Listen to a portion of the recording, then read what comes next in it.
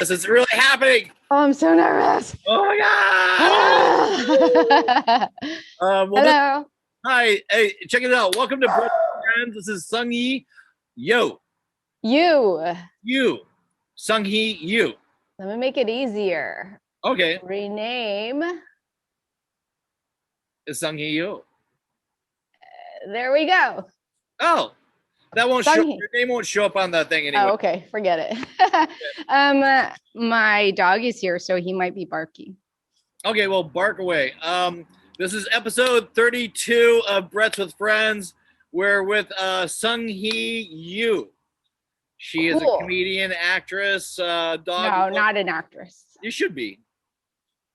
I'm so bad.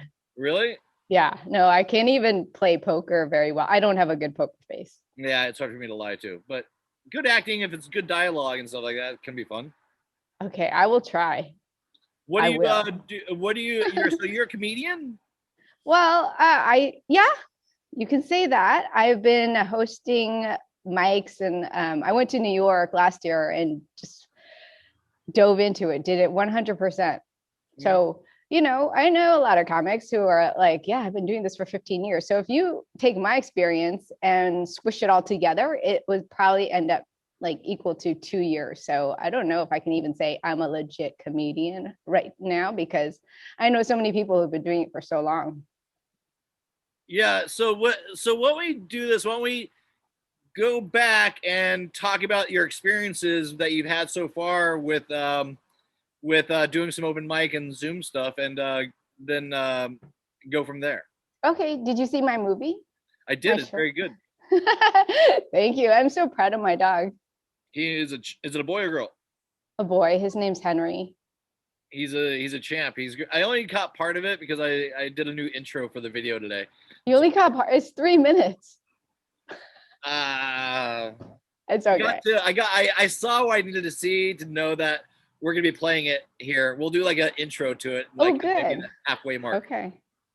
Cool. So tell us about like your experiences of being 2 years deep into the comedy world. Well, okay, so I started doing comedy probably, I would say, like 7 years ago, but this was while I was still working on other things. So it was just like kind of going, it wasn't every day, and I was in Pittsburgh working on something, and then my job ended and my husband was still there. And so I thought, okay, well, this next year, I'm just going to dive into it and do it 100% and just go to New York. And that's when I spent the whole year just doing it. I met this great person who runs a comedy club business. It's called Laughing Buddha. And I host for him or his business a lot, and he built a really good community. So it's been fun. And he continued. When I moved, I didn't move because of COVID. I moved back here to LA just to be with my husband. And then COVID happened, lockdown happened. And luckily, I guess not luckily, but we were able to continue doing this on Zoom. So I am still hosting for Laughing Buddha. And is that like just a Zoom comedy platform? Yeah. Before, when I was in New York, it was at different clubs all over.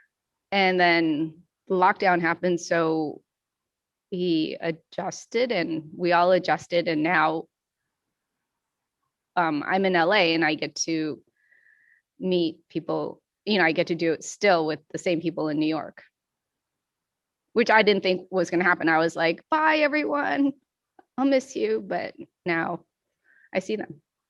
What have you been learning? If people want to get into comedy, I know this is probably the not the best time to start, getting on stage, because a lot of comedy clubs are closed. They're slowly reopening and stuff like that. But like, what was your learning curve? What do you give us the pros and cons? What things you would have liked to have known that you know now that you wish you would have known when you got started? Um, don't care. Don't care what anyone says. I used to care so much, and now I don't. But I do care about seeing myself on video. You have to apparently look at yourself and your sets on video. And every time I do that, I cringe and I just want to crawl under the desk. But you have to see how you move and to see how you sound, apparently. And that's one thing that I have to get over. You just have to get over it, I think. Well, like when I've been doing like these Zoom calls or these, FaceTime with people that are actors or whatever, they don't want to do them because they don't want to look at themselves. And I was like, well, when you're talking to somebody, don't look at yourself. Look at the other person, you narcissist. Fuck.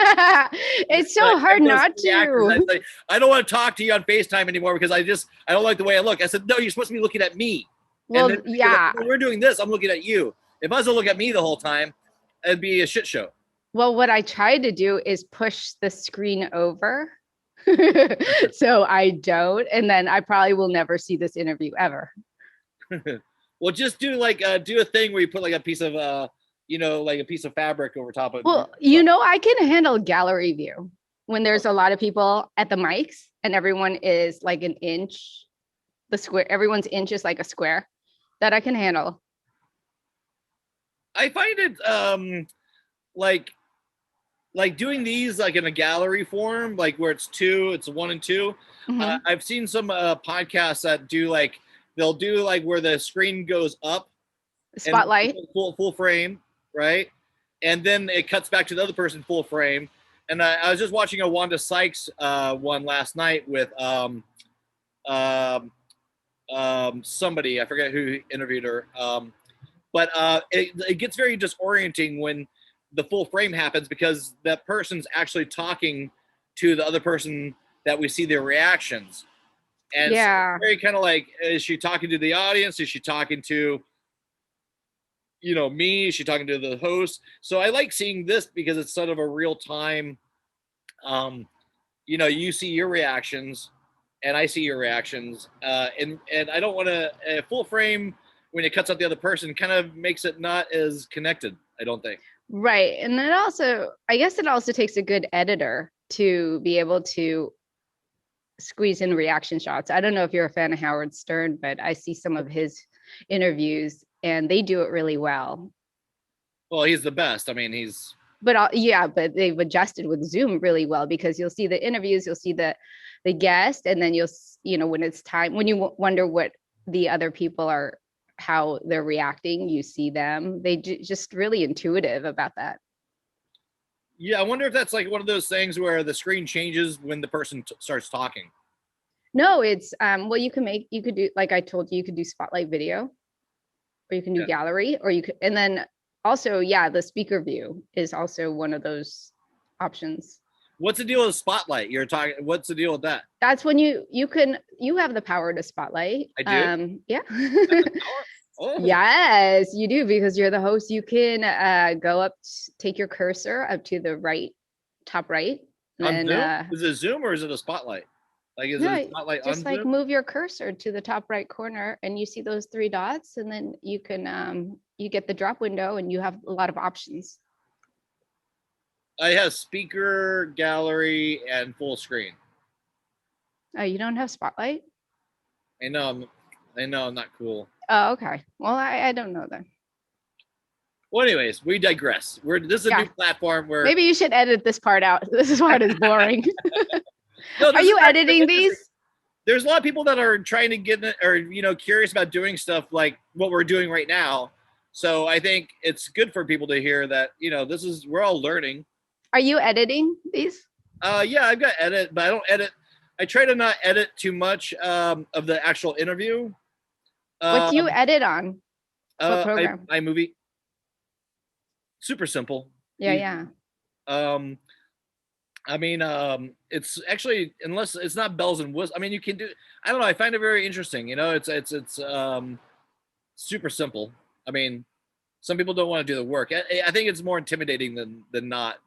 I think once it's like a language you have to learn, And if you need, you have to just kind of get into it and just do it, and you learn it. Yeah. That's why like when people start like when I have to do an edit in the middle of the interview, I hate that. Do you do it on your phone? No, I do it on my computer. Okay. I've only done iMovie on my phone for my little dog videos, but that one short I use Premiere Pro. Oh, you're so you know how to edit. Then you're doing your thing. Well, I was wondering I don't know how to edit Zoom though. You just download it. This is like a tutorial for anybody who's. I know. Maybe, yeah. We shouldn't talk about this. No. This is actually, we got an hour to fill. We got plenty of time. Let's talk about Henry's movie. I wish you saw it. I'm so proud of my little dog. I'm gonna be editing it into the video, so I saw like half of it. I saw what I needed to see. It was great, and so then I think I saw the Wanda Sykes video after that. I was drinking a bottle of wine last night. I kind of got into a little tear with Wanda Sykes. I love Wanda Sykes, so when she came on, I was like, oh, she's so funny. You got bumped by Wanda Sykes. That's not bad for.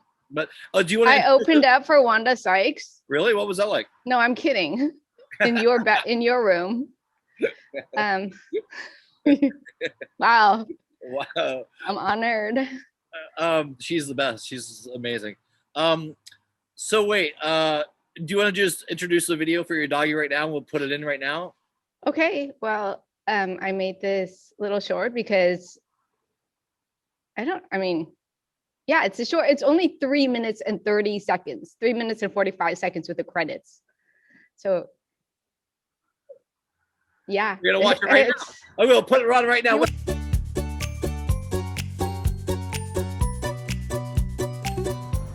Emma, are you glad you came out? Yeah, but I'm still bummed I didn't get that job. I'm such a loser. He's here. Henry! Henry! What's up? Hey, Emma, this is Henry. Hi, nice to meet you. I have learned so much from him. Like what? Life lessons. Man, I need to start working out.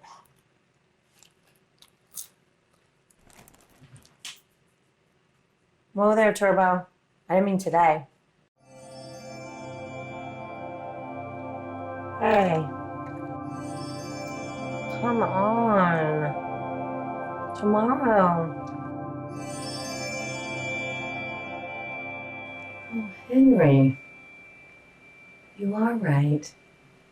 The time is now. I needed to take charge of my life and stop wasting time. Henry lives in the present moment, and he is down to take action. He's like a fluffy, sporty Yoda. Dude, how do you not like apples? Apples are my favorite. What's your problem?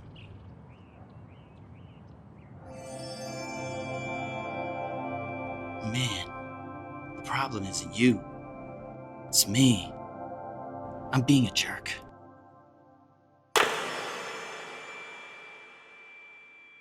And helped me realize that I was making assumptions about others and holding them to it. Does he ever talk to you? In a way. With his eyes. Those deep, dark pools of mystery. But mostly he just leads by example. Watch him now. Oh my god, what an athlete. He's impeccable. He never hesitates. He always does his best. Amazing. And even when he misses, he keeps going and tries again.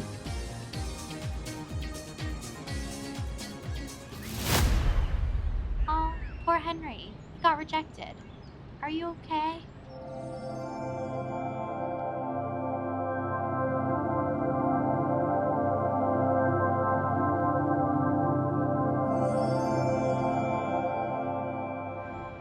I get it. Up until now, I thought rejection meant that I was the loser. But not to Henry. He knows his self-worth, and so do I. Thanks, Henry. Once in a while, you get shown the light in the strangest of places if you look at it right. The Grateful Dead.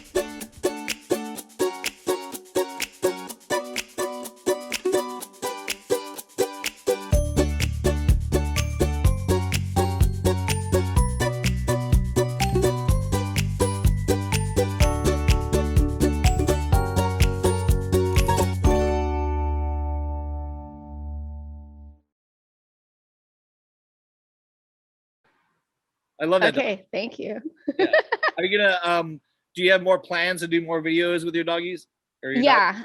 I did another one, and it's plays. I don't know how it plays on that YouTube platform, like underneath. It's with my friend. She's an actress. She's really good. And that's probably like 2 minutes too. So Do you want to play not that much- one too? sure. It's so cute. Because it features my dog, but it also features good actors, and there's a message in it. The first one, Central Park Guide, was inspired by, because I'm really into personal growth. So it was inspired by the 4 agreements. Do you know that? The 5 stages of grief sort of thing? No, the 4 agreements, which is, I wish I could remember the writer. Let me look it up, but it's 4 agreements. It's very simple. It's don't take anything personally. Don't make assumptions. Always do your best and be impeccable with your words. So Last one's hard to do. yeah, it is, but it's a good thing How to do you remember. be impeccable with your words? What makes it impeccable? Be exact in your meaning. Okay. Just don't say something, I guess say what you mean, but don't say it mean. Maybe. The writer for this is okay, wait, who is the author? Shoot. Sorry. How do I not? Don Miguel Ruiz. Yeah. And also inspired by lyrics from the Grateful Dead. I love, I feel like those lyrics speak to me. Robert Hunter. Grateful Dead is always good. Did you see the documentary? Which one? The Grateful Dead documentary? Long Strange Trip. It was a series? I think so. I saw, it was the one where they showed how the Wall of Sound was built. Yeah. And how the Hells Angels came in and how it was the series, right? On Hulu or something? I guess. I don't know. They all kind of blur together, but anything Grateful Dead is good. I mean, yeah. Have you been to a Grateful Dead concert? I have. I just, that was when I was young. I just started, how when you're going through a hard time and lyrics speak to you? I think I was going through a hard time, and that's when I found that his lyrics really spoke to me. Garcia? And Robert Hunter. Okay. Who is, I guess, known as the mystical lyricist. He passed away last year. Yeah. But yes, I have been to a concert. Did you do any drugs or LSD or mushrooms or anything when you went, or were you too small for your child?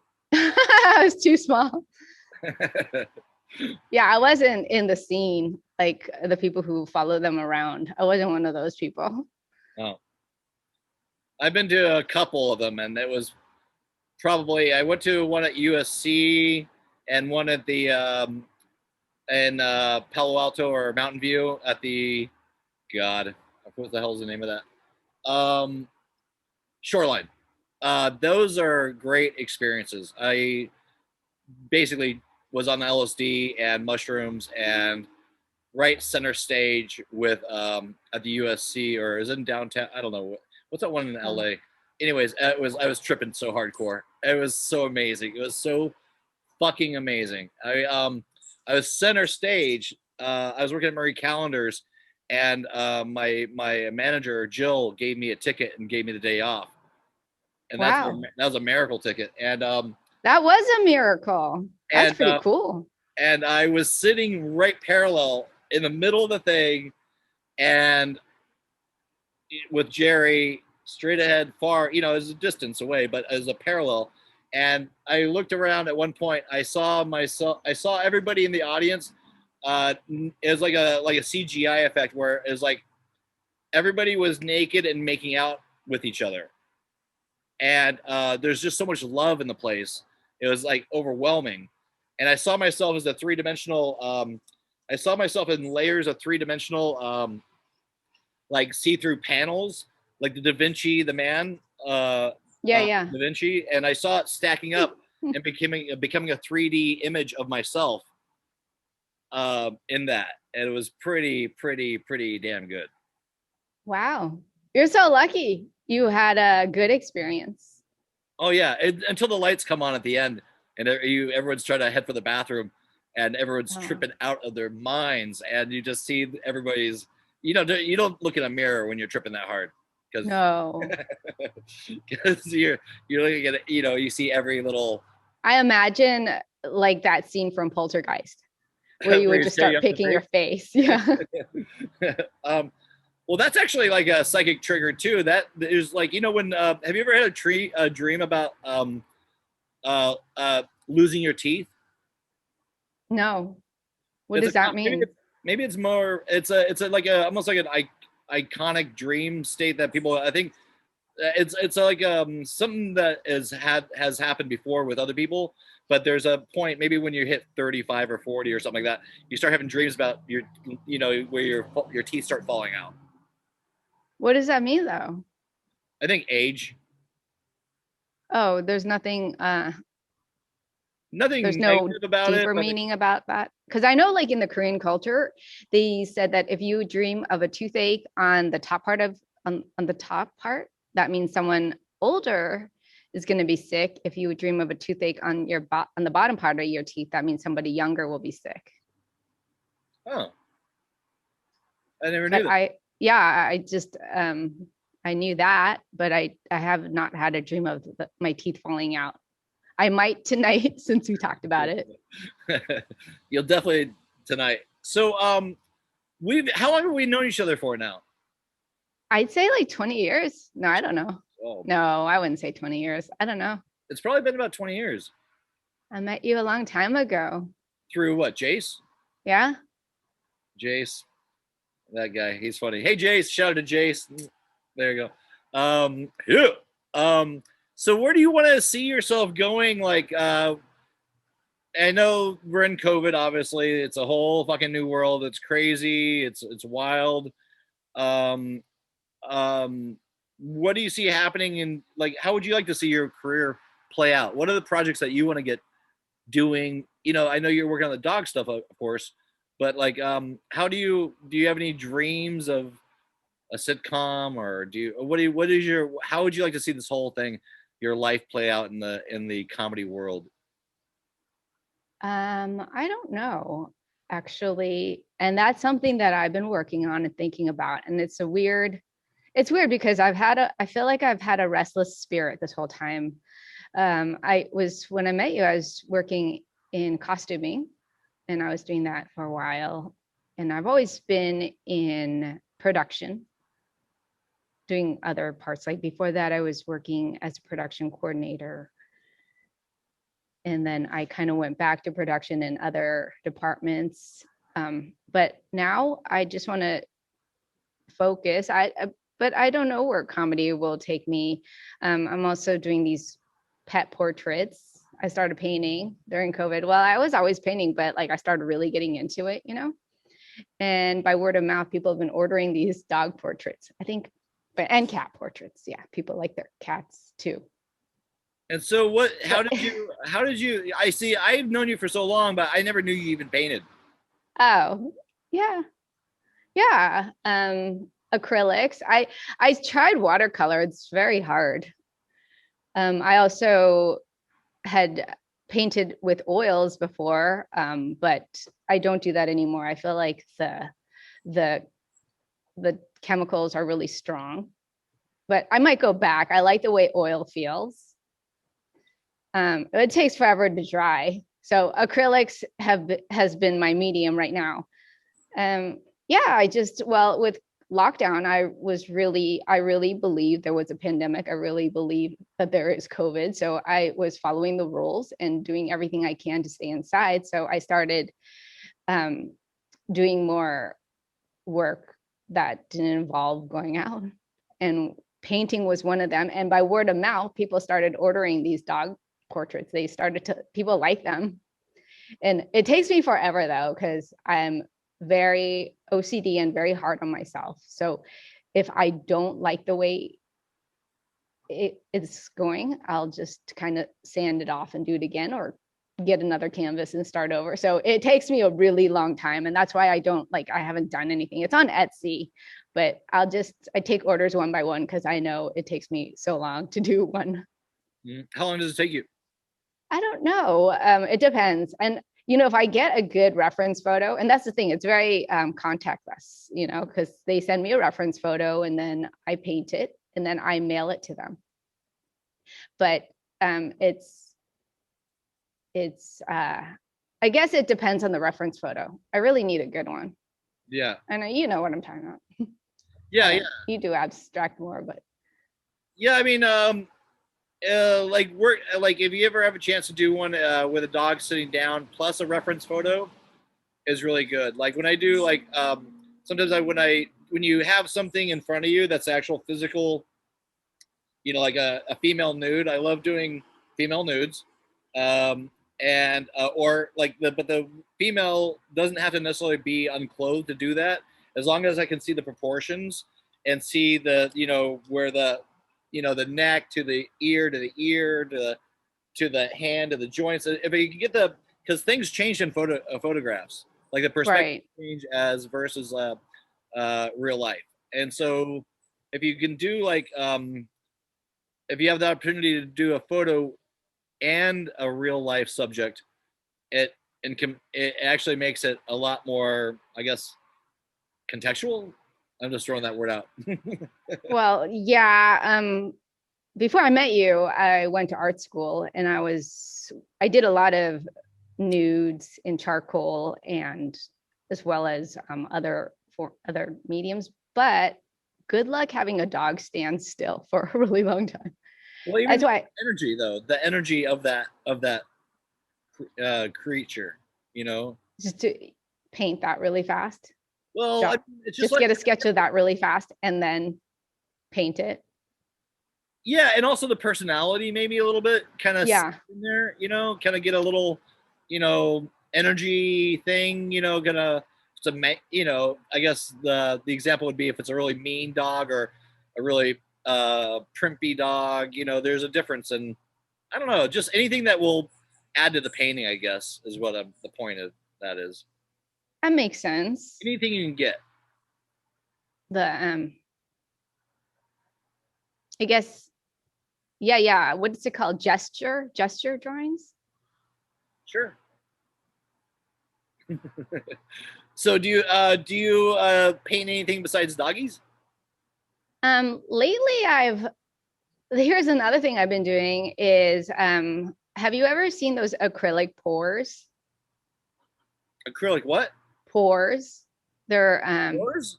Yeah, pours. Like they put it into another, like you take the paint and you mix it with another medium that's very fluid. So it's like fluid art and it's abstract. It looks beautiful. So I've been learning how to do that.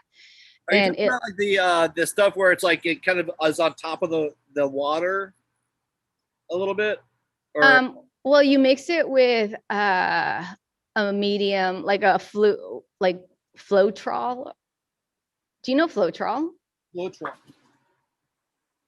No, but this is the doggy I'm house sitting for this doggy right now. What's his name? This is her. Nika. What? Nika. Yeah, Nika's so cute. I'm sitting right now. I'm watching this doggy. Oh, she's a big baby. Ah, where are you? In the Hollywood Hills? I'm in Laurel Canyon. Oh, that's nice. So I'm like literally right off the canyon right now, off of Laurel, and so that's sometimes if I say what, because there's a fucking bunch of traffic over there. Oh, okay.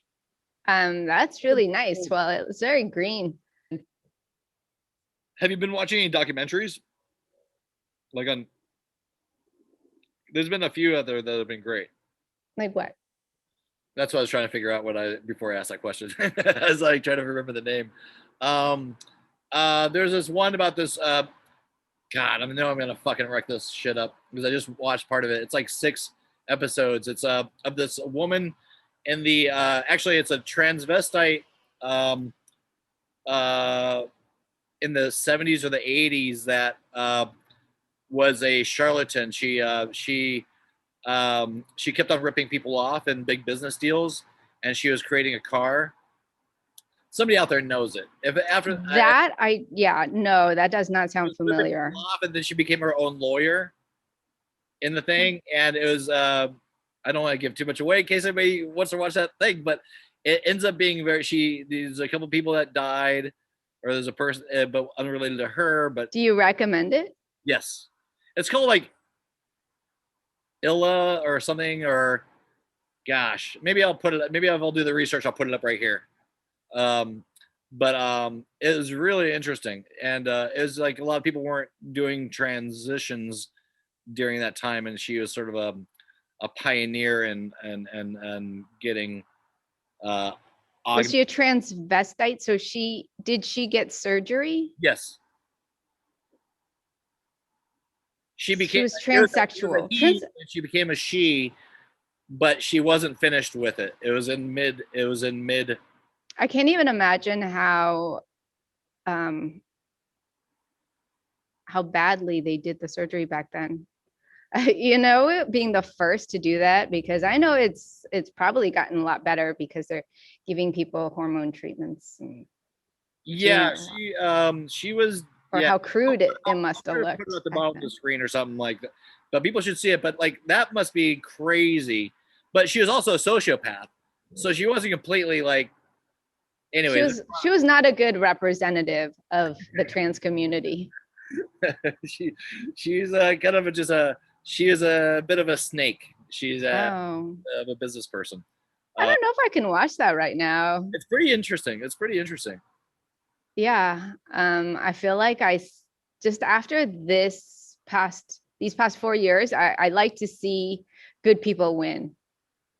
That's why I like movies like The Equalizer, or I like to see, we got into the Bourne Identities. I like to see things like that, because I don't know if I can handle watching a con artist again in a documentary, because I feel like it played out so hard these past 4 years. Yeah, there's been a major con artist. Did you watch the impeachment trial yesterday? I watched a little bit. I watched the opening by Plaskett, the woman from the U.S. Virgin Islands. She was great. It was.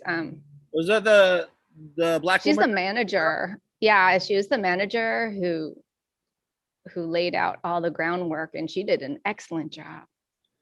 Yeah, that's I think did you see the Capitol riot video that they were showing?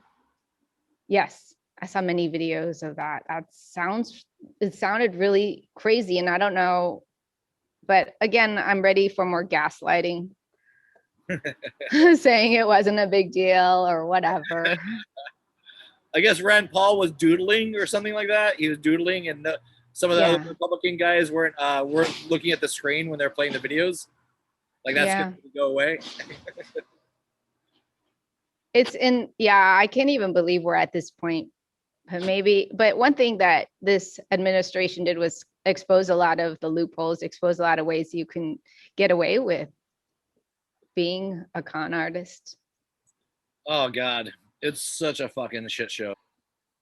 I'm still blown away by that. He handled the pandemic. So if just the pandemic alone should tell you that he doesn't care, but there's so many people people that we know who got sucked into it, and they still are. And I think I had a lot of anxiety in the first part of lockdown, and that's what got me into painting, because I didn't do comedy as much in the beginning because I didn't want to look inward anymore. I didn't want to think about anything, and painting is a really good way to turn on another part of your brain.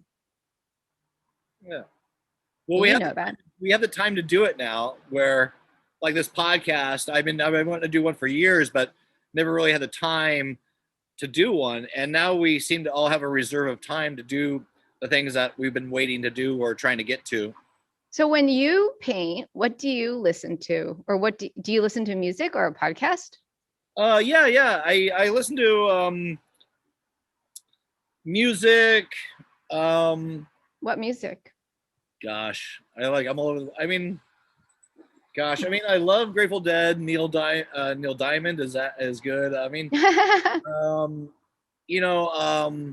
lots of podcasts, comedy podcasts. Tuesdays with Stories with Mark Norman and Joe List.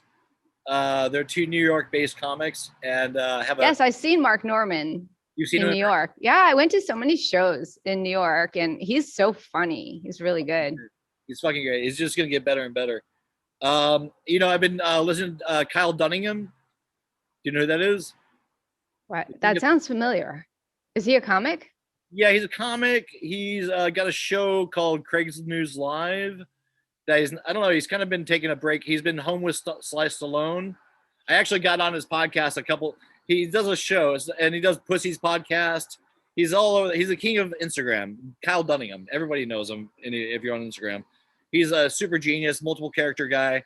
Got in my script actually, but I was on his Craig's News Live a couple times, playing one of his games on there, and I was on Home with Sly Stallone a couple times, and that's just interjecting as a guest audience member. But I think that kind of triggered me to do this podcast. So because I don't know, it sort of broke the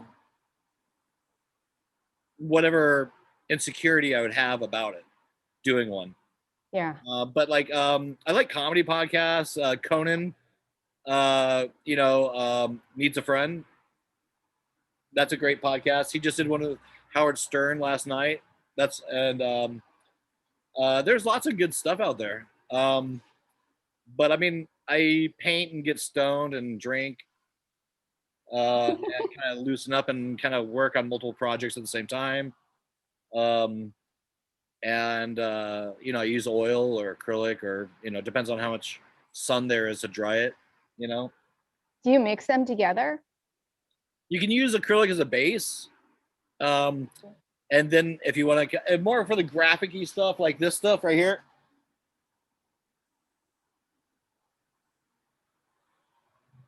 I'm interviewing Brett now.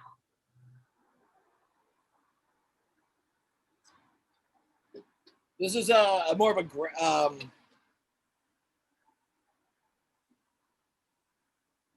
acrylic really well for that sort of stuff. Yeah. And then oil for blending. Oh, pretty. How do you get the texture? Is that oil? Yeah, this is oil. Do you mix it with anything to make that texture? No, that's palette knife. So I see. You palette knife it, you kind of scratch into it, creating stuff. Have you ever done watercolors? What's that? Have you ever done watercolor? Yeah. That is the hardest thing. It is. It's super hard. Oh, I've watched so many Patreons. I know a lot of good watercolor artists that I followed, and they're amazing. Yeah, I think you have to work a lot in negative space. Yes, I can't see like that. Yeah. Like leave the white of the paper. I'm not good with that because I've been doing it the opposite this whole time.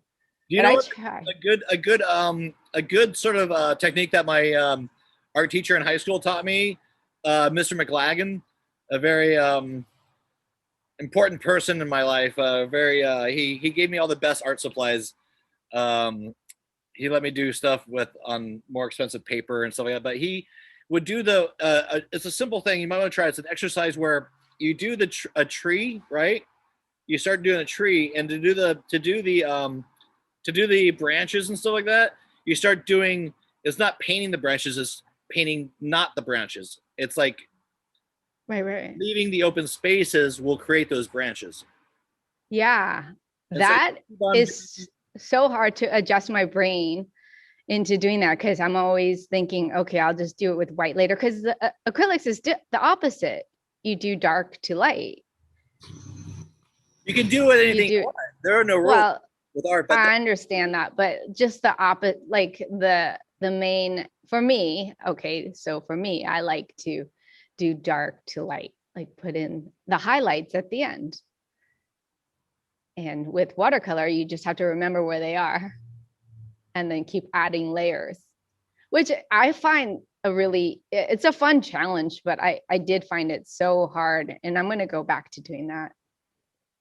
did you see that Rip Kronk interview that I did? No, No, you I did an interview with him? Yeah, I did a really great interview with him. Cool. He's doing watercolor right now, and his watercolors.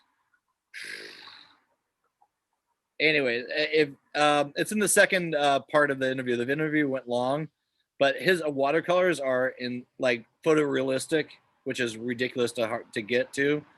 But you got to work in that negative space. It's not where it's not about putting the paint to make white. It's about using it to. I'm not a watercolor is the hardest. That's the hardest. That's you got. I agree. It's always, but to work wet, you got to work wet and allow it to bleed. Yeah, and that's why I learned that for watercolor you should start with good material, because you'll just get frustrated, like 100% cotton paper or something like that before, or with good like without the fibers of wood or pulp, because you'll just get frustrated. You got to work loose and wet, and then yeah, it's a very like how it's not like acrylic, it's not like oil, it's whole different animal. I know, and I'm trying so hard to loosen up, but I can't. Well, if you just keep on doing it, you'll figure it. The right combination of stuff will come together, and those mistakes that happen will be kind of like you'll like, oh wait, that looks good, and then stop, and then go. It's hard to stop though. That's because you start getting that rhythm where you just want to go more and more and more and more and more, and then you totally screw everything up. But and watercolor is not very forgiving. No, yeah, I don't need. Yeah, it's really cool though. But I've joined a lot of Patreon groups, and I follow a lot of artists on those social media platforms and just see what they do, and I'm blown away. Who's your who you've been painting for like a long time or no? Well, on and off. Yeah, like I told you, I went to art school before I met you, and so I was doing that. Learned focus on fashion illustration. Well, there's a the same sort of mentality that you use for fashion, you bring that to art as well, and color, design, composition, all those things you can use for photography, or they all their same sort of energy, I think, but you just focus it in a different direction, like color combinations and stuff like that. But there's a freedom to art that in painting that maybe fashion's a little bit more rigid because it's sewing stuff together. Maybe. Yeah. Well, fashion illustration is very loose. Have you ever seen? Yeah, with the pen work and the. Yeah, some of it is beautiful. Yeah. Did you see Blade Runner? The last one? With the last one? With what's that blonde guy? Oh god, I can't think of anybody right now. The one with that was just like Blade Runner 2021 or something like that, or 20. I did.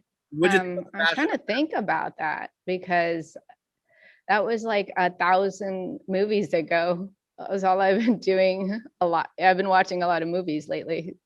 Do you see Soul yet? Yes, I have. What do you think of that? I loved it. That's I think it might be the best movie of the year. Yeah, and that I could relate. It's was something that I struggle with. What was it? Finding your. What did they say? Find your like passion or whatever, you know? Yeah. I feel, Yeah. I love it. I love the message. It was so funny, so good. Yeah, it was amazing. Well, Pixar is amazing when they don't really ever have something that's really bad. But the blur between the lines of the characters, that sort of a rainbow hue, Yeah. that blur. Like when they're in the zone, you mean? Wait, what are you Yeah. talking about? When they're in the zone. Yeah. So good. I feel like sometimes like painting gets me in the zone, or yeah. And I think about all those times I've been in the zone. Mhm. And I don't know, yeah, it was a really good message. And my husband and I were talking about that, like the Pixar movies are so good and the characters are so fully developed. We saw another one, Spy in Disguise. I think that's Pixar, or it might be another illustration, like another, what is it called? Comic illustration movies. What are those things called? Cartoons? Yeah. It's a cartoon. It's a cartoon, but it's done so well and it's like so moving. And I think the reason why it's so good is because every frame takes so long that it has to be so precise. And every word they say has to be precise. They just can't improvise or have a boring scene like in live action sometimes. Well, there's a fine line, because the eye is so sophisticated, like as like like Transformers has all this crazy great like texture mapping, and it looks beautiful, but it moves so fast that your brain doesn't kind of hold on to it as versus like a more organically done situation like the Soul. Like Soul was more organic in its like movements, and it's it registers on your eye better, I think. Like your eye wants to organic stuff that's organic and not so linear or like line precise. The blur is where it happens. The blur creates motion, but like there's you can have all the money in the world to create a special effect or a cartoon, but you have to have that sort of organic quality, I think. And it's the same with painting. I think you can do like a computer polished image, but your eyes register it like it doesn't have the meat that something that was created with a more, like, I go back to that blur on Soul, because that blur between the lines of the characters, because we don't have a solid line here. I don't have a line. It's more of a background creating the foreground of, like, we don't have lines around our bodies. It's this, the image stops and then the background begins. So between that becomes sort of a reality, I think. And your eyes like that, I think, a little bit more. Yeah, like I know. Yeah, there's no outline. You're not outlined like a cartoon. Yeah. Yeah, so we got about 8 minutes here left. What do you want to talk about? Well, we talked about, what did we talk about? We talked about everything. I think we covered everything. No. Introduce the second video. We'll put that in right now. Oh, okay. This one, it's, well, there's a reveal at the end, so don't tell the reveal. But okay, this is my very good friend Paris, who is a great actress, and in the midst of the pandemic, I wanted to make a small video, so she did it from Atlanta, and so we did it together. Okay, so that video will be on right now. Hi, Chloe. How are you? First of all, I don't like the fact that we're only seeing each other like once a week. I think we need way more sessions than this. I've been having problems concentrating, doctor. I can't focus for any decent length of time. I know exactly how you feel. Yeah, but this could cost me my career. I have to memorize lines and I can't pay attention to a single word. Why don't we try some focus exercises? Do you like snacks? Yes, of course. Great! So here's what you do. Place a snack in front of you and see how long you can stare at it before you have to eat it. And then what? Then eat the snack. That's your reward. Oh. And then do it again, but this time, try to wait longer. Oh, no. It's going to be too hard. Chloe, you can't expect perfection the first time. You have to build up to But it. it's too hard. I can't do it, doctor. I can't. I'm sorry. I can't. Chloe, come on. Look at me. The failure is in not trying. You can do this. Thanks. You are so wise. I can really learn a lot from you. So, doctor. Squirrel! And we're back. That was awesome. Yay! I love it. Yeah, she's so good. Yeah. So yeah, I'm having fun with all sorts of things inside the house. Adobe Premiere, painting, Zoom comedy shows, your podcast. Do you work out at all? We started, okay, so do you know what pickleball is? No. I guess it's new. It's like paddle tennis with a ball that looks like a wiffle ball. Okay. And it's super fun. So that's what we do. Pickleball. Yeah. And I don't know, you should check it out. Okay. It's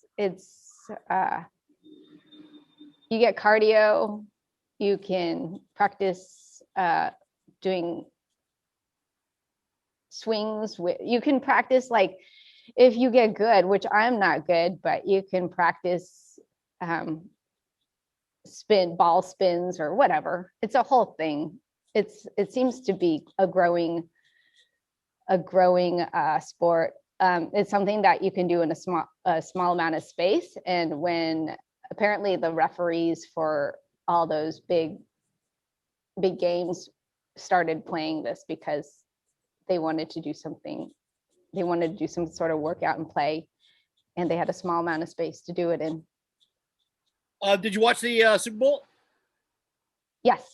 I mean, my eyes weren't glued to it, but I saw it was on in the background and I would have glances. Okay. What are you looking forward to in this coming 2021 that that you're excited about? And then maybe tell people how they can get a hold of you, or find you, or see comedy, or your Zooms. Yeah. Wrap it up. Great. Well, I'm excited. We have a vaccine to look forward to. I'm excited about